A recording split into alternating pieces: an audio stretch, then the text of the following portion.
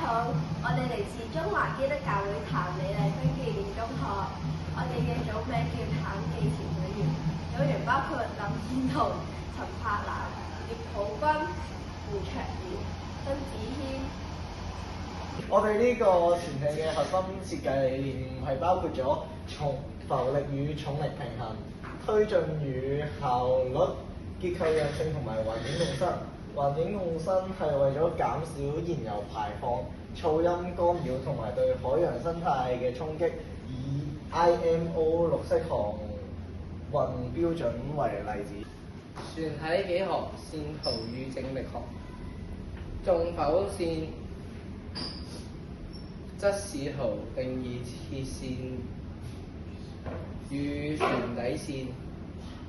橫剖線前後視圖顯示船體切面形狀，例如 V 型或者 V 型。水線長俯視圖決定水流遙行的路徑。圓扭矩曲線及損害程度係描述緊一隻船喺大角度傾斜，例如30度至60度時的扶正能力。根據海上人命安全公約，設計必須考慮一艙或者二艙破損入水之後，船殼仲係唔係保持浮性同埋不翻覆。喺呢個結構構件方面，喺龍骨與縱骨承受住主要嘅彎曲，肋骨支撐住外殼，防止側向水壓導致嘅壓潰。潛水艇嘅外形設計、獨特性與創新結構係結合咗流體力學與仿生設計嘅未來潛艇嚟嘅。我哋潛水艇嘅設計理念係以深海生物與流體力學為靈感，打造咗一個兼具美學與高效能嘅外形，突破咗傳統潛艇嘅框架。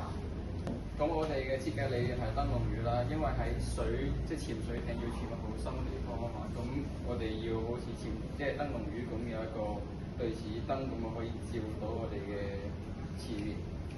咁而我哋最大嘅挑戰係航行器嘅跨越流體嘅時候嘅氣體同埋流體氣空氣動力同埋界面嘅傾波。我哋認為海洋航行器嘅設計唔單止係潛水艇，而係創造一個可以喺高動態、強腐蝕且不可預測嘅流體界面水入邊生存複雜工程系統。